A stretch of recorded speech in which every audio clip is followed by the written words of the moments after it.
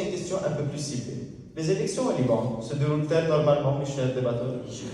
Cette participation des jeunes permet de les responsabiliser par la concrétisation du droit démocratique fondamental de participation. Que la majorité des chaînes télévisées libanaises appartiennent à des politiciens, ce qui empêche les journalistes de ces chaînes de s'exprimer librement et de dévoiler la vérité de leurs employeurs. En effet, le Liban est connu depuis très longtemps comme un pays qui protège la liberté de presse comparé à la liberté d'expression dans le monde arabe.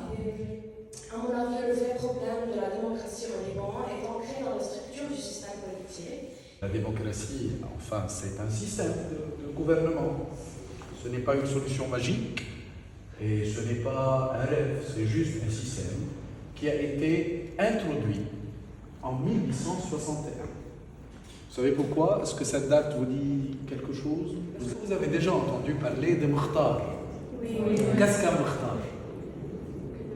Les Mukhtar, au XIXe siècle, étaient les premiers représentants élus d'une population qui était surtout rurale dans la région du Levant.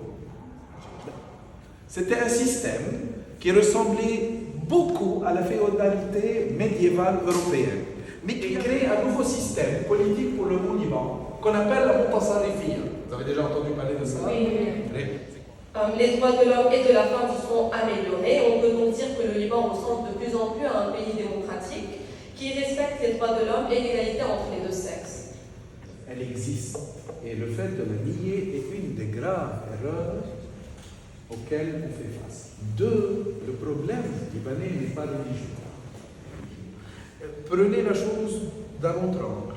Le Liban connaît cette diversité religieuse depuis presque 1400 ans. La région. Je suis totalement d'accord, c'est un scandale.